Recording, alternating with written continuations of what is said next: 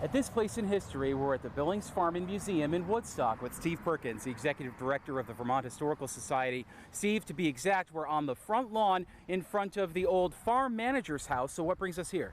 So Mike, we're going to be talking a bit about how this whole farm came to be. Both the farm and the estate were meant to model or show other farmers, other people who had land in the community, how they could use that land responsibly. So on the estate, they were reforesting a lot of hillsides.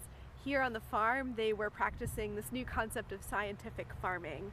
So thinking about how they can improve production by feeding their animals different things, how they can improve the croplands by using different fertilizers and working the land in different ways, using different crops. So it was a place where people could come and learn what they were doing here, see the experiments in action, and theoretically take them home and use them in their own farms. This farm was one of those first places to really push Vermont agriculture towards dairy. Is that true? And what did that transition look like? It is true. Yeah, the landscape had really been kind of decimated by the overgrazing of the sheep population. It's hard to grow crops in a lot of the state. So dairy is kind of one of the paths of least resistance for farming in the state. So Frederick Billings set up this small herd. He had a product, which was butter, in mind. He had animals that were kind of purpose-built for this product to produce this high butter fat milk.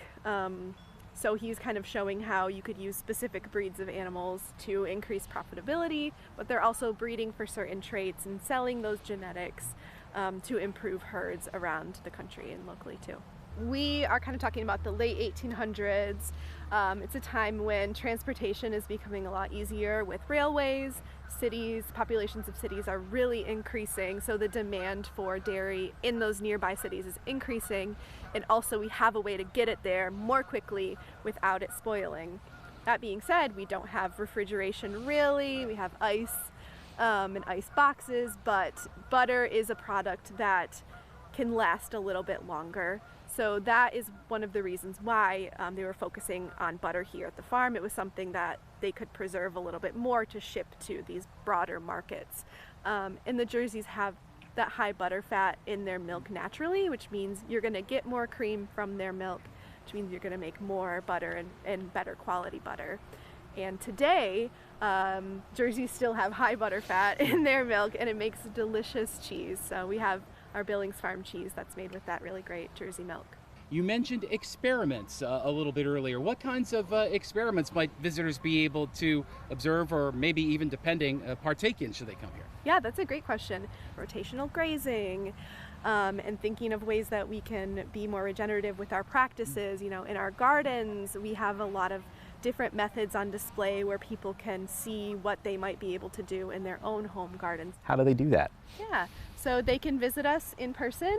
We are open every day from April through the end of October, and then weekends November through February. Or they can visit us online at billingsfarm.org or on our social media accounts. Looking at what you can find on a model farm in Woodstock at this place in history.